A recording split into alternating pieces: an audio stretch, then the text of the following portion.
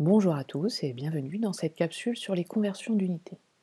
Alors bien sûr les conversions d'unités, vous avez déjà appris ça à l'école primaire, des kilogrammes en grammes ou des kilomètres en mètres ou des centimètres en mètres, etc. Mais là, comme nous allons travailler sur des très très grands nombres ou des très très petits nombres, cela devient vite compliqué d'utiliser un tableau avec les 0,00, vous vous rappelez, de conversion. Alors, bien sûr, le préalable, c'est de connaître ce tableau des préfixes et des facteurs multiplicatifs que vous devrez apprendre par cœur. Alors, voilà comment on va procéder. Prenons une conversion que vous savez faire, normalement, c'est 3500 mètres en kilomètres. Vous savez par cœur que le préfixe kilo est associé au facteur multiplicatif 10 puissance 3.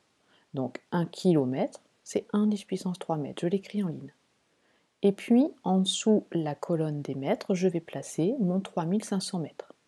Et en dessous de la colonne des kilomètres, je vais placer le résultat que je cherche avec un point d'interrogation. Il ne me reste plus qu'ensuite à réaliser le produit en croix. 1 fois 3600 divisé par 1 10 puissance 3, cela fait 3,5 km. Voici donc le résultat de ma conversion. Prenons un autre exemple, pas plus compliqué, mais dans l'autre sens, c'est-à-dire des kilomètres en mètres. Là, on était passé des mètres en kilomètres. On va faire le travail inverse. Alors, je connais toujours par cœur, kilo c'est 10 puissance 3, donc 1 km c'est 1 10 puissance 3 mètres.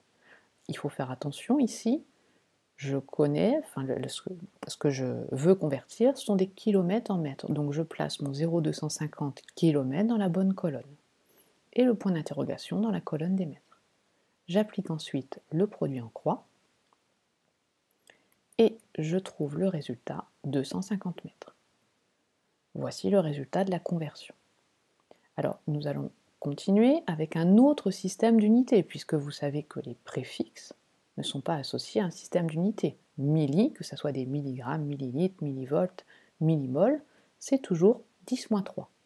Donc 1 millilitre, c'est 1 10-3 litres. Si je veux faire la conversion 57 litres, je place bien mes 57 litres dans la bonne colonne et j'effectue le produit en croix. Voici le résultat, 57 000 litres. Voilà. Continuons avec un exemple un petit peu plus compliqué, 2956 fois 10 moins 6 secondes. Je veux le convertir en nanosecondes. Et là, il ne vaut mieux pas utiliser un tableau de conversion avec les 0,00, ça devient très compliqué. Mais on sait par cœur que nano, c'est 10 moins 9. Donc une nanoseconde, c'est 1 10 moins 9 secondes. Je place 2956 fois 10 moins 6 dans la bonne colonne, le point d'interrogation dans la bonne colonne et j'effectue le produit en croix. Voilà le résultat, 2956 fois 10 puissance 3 nanosecondes. Un dernier exemple avec un autre système d'unités, les volts.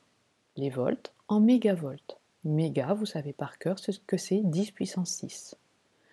Donc 1 mégavolt, 1 10 puissance 6 volts. Je place 35 000 volts dans la bonne colonne et j'effectue le produit en croix.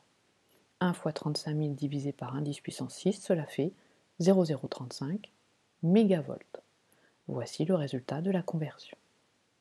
Alors, bien sûr, le préalable pour réussir des conversions d'unités, c'est de connaître par cœur ce tableau, le préfixe, le symbole et le facteur multiplicatif.